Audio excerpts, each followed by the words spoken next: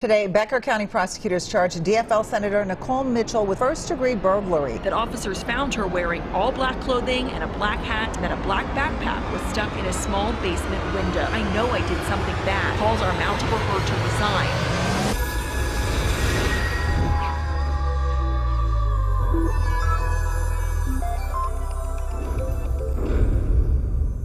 Welcome back to Tracking That, a channel where we try to track what liberals are saying but end up not being able to as usual. And in this video, it's another day, another Democrat getting charged with a crime. This time it's an actual elected official, Democratic State Senator Nicole Mitchell, who was just charged with first-degree burglary after breaking into her stepmother's house to take her father's belongings, who died the previous month. She dressed in all black, including putting a black sock over a flashlight with a black backpack, broke into the small window of her stepmother's basement. The black backpack was found with Tupperware containers, a phone, and 2 laptops, one of which was the stepmother's. You won't believe her terrible defense to her burglary act, but before that, let's get into playing the video so we can get further context. New this afternoon, a Minnesota state senator is strongly denying allegations that she broke the law. Today, Becker County prosecutors charged DFL Senator Nicole Mitchell with first-degree burglary.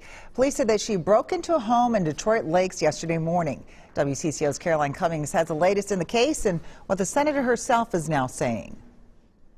So I'm going to say I am voting yes. According to the criminal complaint, police responded to a report of a burglary in Detroit Lakes before 5 a.m. Monday. The home belongs to DFL Senator Nicole Mitchell's stepmother, and police said in the criminal complaint that officers found her wearing all black clothing and a black hat, and that a black backpack was stuck in a small basement window.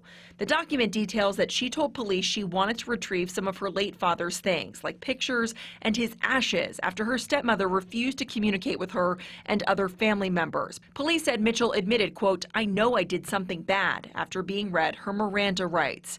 But in a Facebook post this afternoon, Mitchell denies all allegations. Her explanation of what happened drastically different from the police account detailed in the criminal complaint. She said she went to check on a family member who has Alzheimer's disease and, quote, "I entered a home I have come and gone from countless times in the past 20 years. Unfortunately, I startled this close relative, exacerbating paranoia, and I was accused of stealing, which I absolutely deny."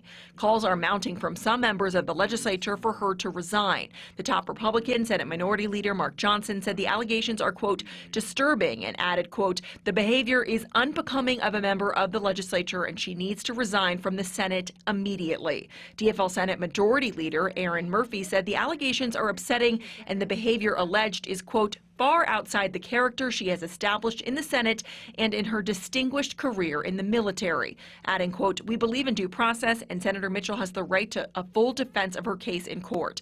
In the coming days and weeks, Senator Mitchell must also have serious and difficult conversations with her colleagues, constituents, and family." So even though the state was settled back in January, she decided it best to dress in all black, tiptoe to the small basement window, and take what was hers, but she failed stupendously as the black backpack was found stuck in the basement window. Her attorney's atrocious defense to this was that she was trying to protect herself from being noticed and wanted to retrieve a couple items she felt were wrongfully withheld from her despite earlier promises. Yeah, great. I suppose if that's held in court, then any burglary could be considered legal. Protect herself from an old granny too? Like, but anyways, when an officer was digging through the backpack, he, quote, opened the laptop and pressed a button and the victim's name popped up.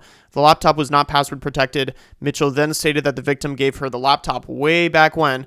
The stepmother told the officer she never gave Mitchell the laptop. I think she's starting to regret not pleading the Fifth Amendment. Also, who checks on a family member at 1 a.m. in the morning if she has a key to the house, as she says, but chooses to go from the basement window? Yeah, she's not fooling anybody. None of this is adding up. To add insult to injury, a few days prior to her burglarizing her stepmother's home, she had meaningful conversations about gun reform, aka taking away gun rights that would prevent crimes like she has committed, like, a burglary. I would normally say politicians like her won't be lasting long, but we have politicians that support death to America, fund wars, nothing to do with us, without securing our own border, and hire bartenders like AOC, so there really isn't any requirement to be a politician nowadays. And accountability is a term that does not exist in politics.